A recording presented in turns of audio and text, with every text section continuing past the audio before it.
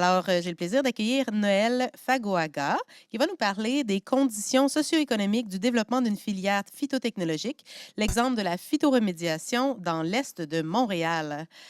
Alors, Noël, il est candidat au doctorat à l'Université de Montréal et il est chargé de projet au sein de l'IREC, donc l'Institut de recherche en économie contemporaine. Alors, il possède une maîtrise en génie des bioprocédés de l'École de biologie industrielle ainsi qu'une maîtrise en environnement et développement durable de l'Université de Montréal. Et il est aussi administrateur au sein de Phytoaction. Alors, Noël, à toi la parole. Juste rester dans un micro, sexy pour avancer. Parfait, merci. Bonjour tout le monde. Est-ce que vous m'entendez? Ouais. Je vais commencer voilà, par vous faire une petite présentation sur les conditions socio-économiques du développement d'une filière phytotechnologique. Essentiellement, ce que je vais vous présenter finalement, c'est comment on peut développer une filière de phytoremédiation à grande échelle. Donc, je vais prendre l'exemple des projets qui ont été réalisés dans l'Est de Montréal, donc l'exemple de la phytoremédiation. Ce que je vais vous présenter, c'est un peu le fruit, non pas seulement de mon travail, mais du travail de beaucoup de personnes à l'IREC et à l'IRBV. À l'IREC, notamment Robert Laplante, le directeur, ça fait presque 10 ans qu'on travaille sur le développement de l'Est de Montréal.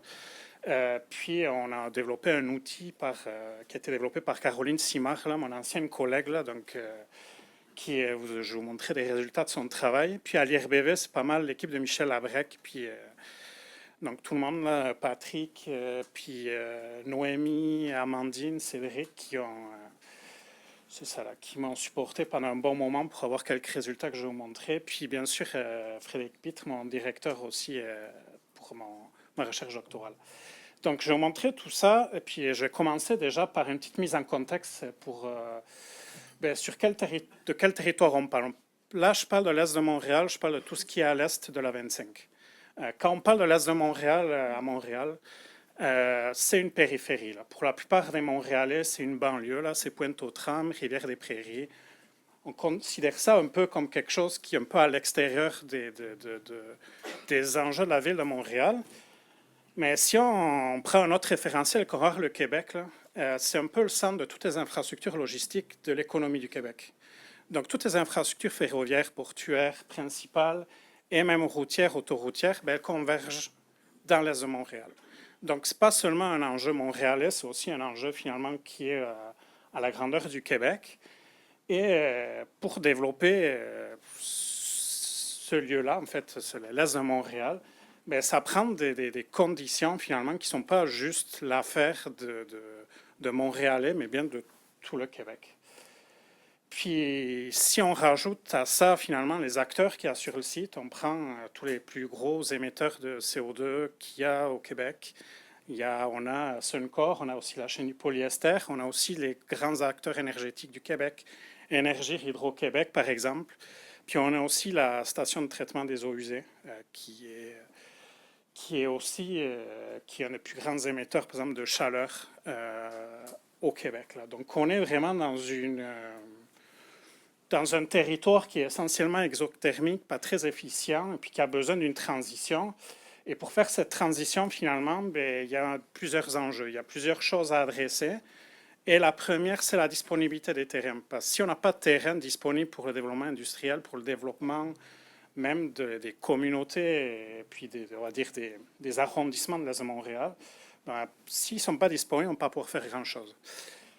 Donc ça fait 10 ans. Il y a 10 ans qu'on a commencé à regarder ça. On nous a dit s'il y a 10 ans, on avait planté des sols, on serait déjà bien. 10 ans après, il y a 10 ans, s'il l'avait fait, on serait déjà peut-être un peu plus tranquille aujourd'hui.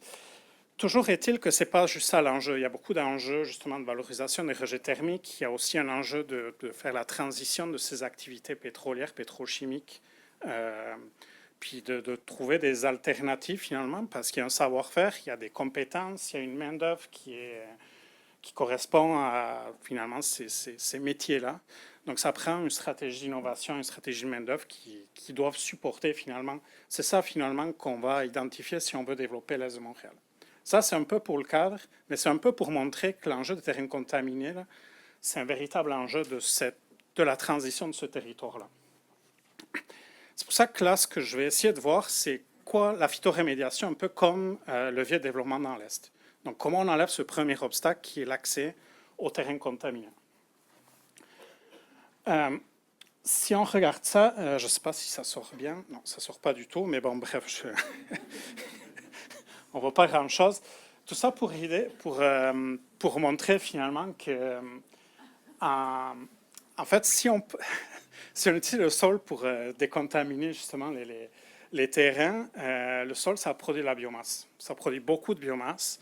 Et la différence, en fait, entre plusieurs pratiques, finalement, de phytoremédiation, c'est qu'est-ce qu'on va faire avec la biomasse. Donc ça, moi, ce que j'ai commencé à regarder en faisant une analyse de cycle de vie, c'est le cycle de vie de cette pratique-là, mais vraiment dans son insertion dans l'économie, puis dans ce qui se passe, ce qui pourrait se passer dans l'Est de Montréal. Donc, en faisant les comparaisons, là, déjà une première analyse de cycle de vie, on peut voir que la phytoremédiation, mais déjà, c'est une solution qui mise l'impact environnemental de la décontamination. Là, je compare en gris, donc les petites barres, les grandes barres en grise, en fait. Là. Ça, c'est essentiellement le dig and dump. Puis, c'est des hypothèses où on creuse qu'un mètre de profondeur. Donc, si vous mettez 2 mètres, là, c'est un double impact. Si on met 3 mètres, triplé. Si on va à 10-15 mètres, comme on me l'a suggéré il y a quelques jours, on multiplie ça par 10 ou 15.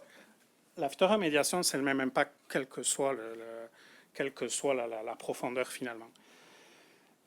Et si on regarde un peu plus loin, si on va un peu plus en détail, on voit là qu'il y a une petite barre bleue là finalement là qui redescend assez souvent. Là, puis ça montre l'impact que peut avoir la biomasse si elle est valorisée, par exemple là dans l'éthanol cellulosique, qui est une technologie en voie de développement, je dirais.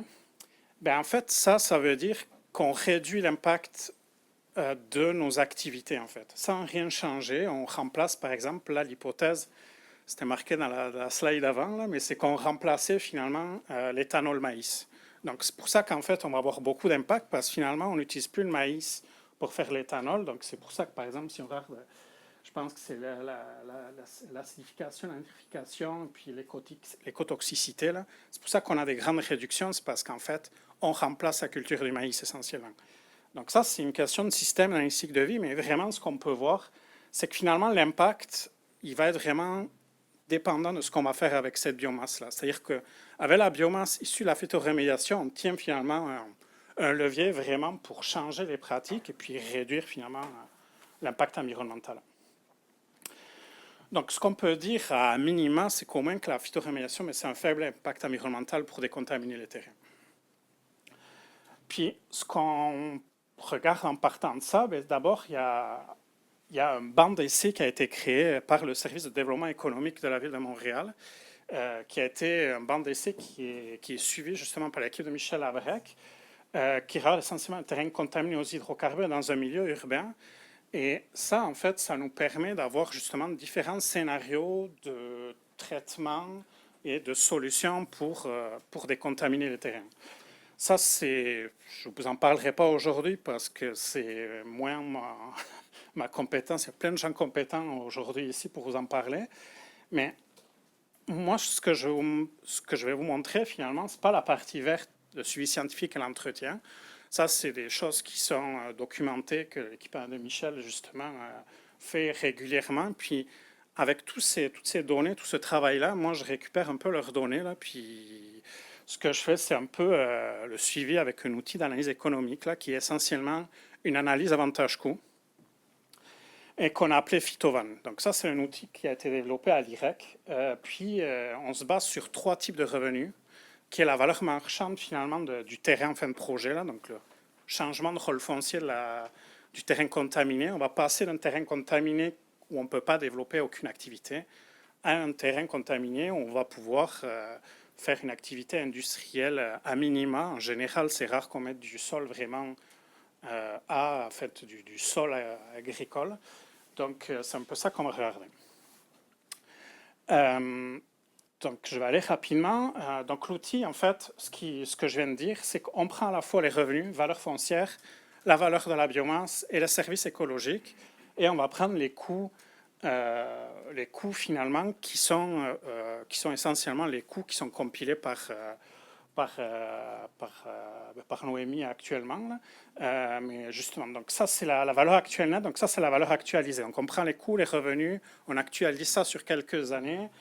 Puis on arrive, à travers les années, sur un projet de 10 ans, là, on estime qu'au bout de 10 ans, ben, on a à peu près décontaminé ce qu'il y a décontaminé. Puis là, finalement, on fait des flux. Là, ce qu'on a comparé là-dedans, si vous regardez les histogrammes, là, au début, il y a des grands coûts, qui sont les coûts d'investissement, qui sont essentiellement la mise en place du banc. Ben là, dans ce cas-là, c'est le banc d'essai, mais ça serait un site de décontamination. Puis à droite, c'est le changement de rôle foncier. Donc ça, finalement, on peut le voir à travers la ligne orange. En fait, ce qu'on peut voir, c'est que juste avec le changement du rôle foncier, on peut rentabiliser cet équipement. On n'a même pas besoin, finalement, de financement d'enveloppe de 100 millions qui viennent du gouvernement, qui n'est toujours pas utilisé depuis quelques années, mais il y a une économie là-dedans. Ça prend un modèle d'affaires, ça prend de le développer. Mais si en plus on prend l'infrastructure verte qu'on a développée, cette infrastructure va donner bien un service écosystémique. Donc là, on a regardé si par arbre, on donne $1 de service annuel ou $2. Donc $1 la ligne bleue et $2 la ligne verte. On est capable de voir qu'on peut rentabiliser cette activité par le biais d'un financement de verdissement essentiellement.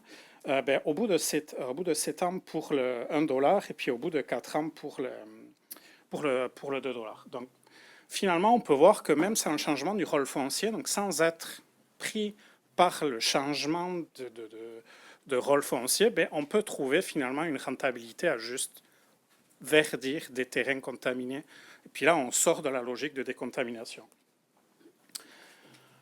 Donc ça, ce qu'on vient de montrer, c'est que finalement, la phytoremédiation, c'est une technologie rentable pour la décontamination. Le tout, c'est il faut un modèle, il faut un contexte, des conditions, là, les conditions socio-économiques, là, finalement, qui vont permettre de développer ça. Donc, ça, on sait qu'on rend des services, on évite beaucoup de coûts pour la municipalité, pour la collectivité. Donc, comment on le fait? Il y a des conditions. Il y a des conditions techniques par site. Donc, ça, c'est vraiment le travail qui est réalisé sur le terrain. L'enquête, analyse agronomique, criblage, planification, intervention, puis mise en œuvre d'un plan de décontamination. Ça, c'est quelque chose qui se fait pour tout terrain contaminé. Donc ça c'est un peu les premiers coups que je vous montrais tantôt là sur la gauche. C'est pas mal ça. On est vraiment sur... c'est ça que ça coûte. C'est l'investissement initial. Puis ça, il y a de l'argent pour investir. Là. On parle d'un 100 millions. Il n'y a que 20 millions qui ont été débloqués dans les 4 dernières années. Il y a encore une annonce vendredi dernier pour inciter les gens à aller chercher l'argent. L'argent est là, on pourrait peut-être imaginer ça là. Puis le deuxième, c'est les conditions techniques par territoire, même économiques rendues là. C'est que finalement, on se rend compte qu'on produit de la biomasse. Là. Donc, dans un premier temps, un plan de valorisation de la biomasse. Ce n'est pas forcément la personne qui décontamine d'avoir la charge de savoir où est-ce que je vais envoyer ma biomasse, à quel prix, comment. Il faut qu'il y ait finalement des industries, des activités. Puis c'est là où on rentre dans la logique de filière. Il faut qu'on développe non pas un acteur technologique qui sait faire, on n'a pas besoin, c'est la multitude d'acteurs qui va faire qu'on va pouvoir développer cette filière-là. Puis là, ça prend un plan d'approvisionnement en fertilisants amendements. Là, je ne vous ai pas montré ça aujourd'hui, mais suivant les amendements qu'on utilise, on va avoir plus ou moins un grand impact environnemental. Ça prend un plan de verdissement. Donc là, on vient de changer justement la logique, la réflexion. On n'est plus dans la décontamination, mais dans le verdissement. Puis là, est-ce qu'on veut marchandiser les biens écosystémiques? Ça, c'est une discussion qu'on pourrait avoir, mais c'est ça là. Au moins, on est conscient qu'il y en a, on est conscient qu'on va avoir un verdissement, et puis on peut évaluer ça de différentes manières. Puis un plan de transformation foncière passe. Disons, on a tout le site là de tout l'est de Montréal. Tout l'est de Montréal, finalement, on va dire, il y a une grande partie de terrain contaminé. On peut faire un plan de verdissement, puis ensuite faire un plan de transformation foncière. Le développement de l'Est, là, si disons on s'embarque dans le développement industriel à transition, ça va prendre 20-25 ans. Hein. Je veux dire, en 20-25 ans, on a le temps de faire étape par étape, de changer les choses. On peut juste peut-être planter des arbres, là, puis Après, on verra ce qu'on veut, comment on travaille là-dessus. Puis là, ben, j'avais un beau schéma pour vous expliquer plein de choses. Mais, mais essentiellement, ce que ce schéma il veut dire, c'est que carré rouge, là, c'est un peu la collectivité. La collectivité, c'est la ville, c'est les résidents, c'est les industriels. C'est tous les acteurs, finalement, sur ce lieu-là. Ben, c'est eux qui vont décider des conditions. Puis, il n'y a pas un acteur qui a préséance sur les autres. On est vraiment dans une logique de mobilisation des acteurs. Depuis, je pense, 30 ans, c'est ce qui manque finalement dans l'Est de Montréal, c'est ce leadership. Donc, c'est ça là. Donc, il y a une besoin d'intégration à la fois donc de la phytoremédiation, mais l'intégration dans une économie, dans des initiatives finalement bio-industrielles où on valorise la biomasse. Donc, ça prend vraiment des conditions un peu plus larges de financement, d'accompagnement, de réglementation, puis pas mal de leadership. Là. Donc finalement, c'est un peu ça. Là. J'aurais aimé explorer l'idée vraiment de filière, là, mais on part d'un territoire. Donc l'approche, elle est vraiment sur le territoire et elle doit se faire sur la filière aussi. Donc c'est un peu comment on allie finalement à la fois le territoire, ses enjeux, Rivière-des-Prairies, Pointe-aux-Trembles, Montréal-Est, là, si vous deviez faire une monographie de ces trois territoires-là, c'est clairement pas les mêmes là, en termes de main-d'œuvre, d'immigration, d'urbanisme. On est dans des choses qui ont strictement rien à voir. C'est un sacré challenge, mais c'est pour la phytoremédiation en tout cas, ça peut être un premier outil, un premier obstacle qu'on lèverait. Donc voilà. Merci.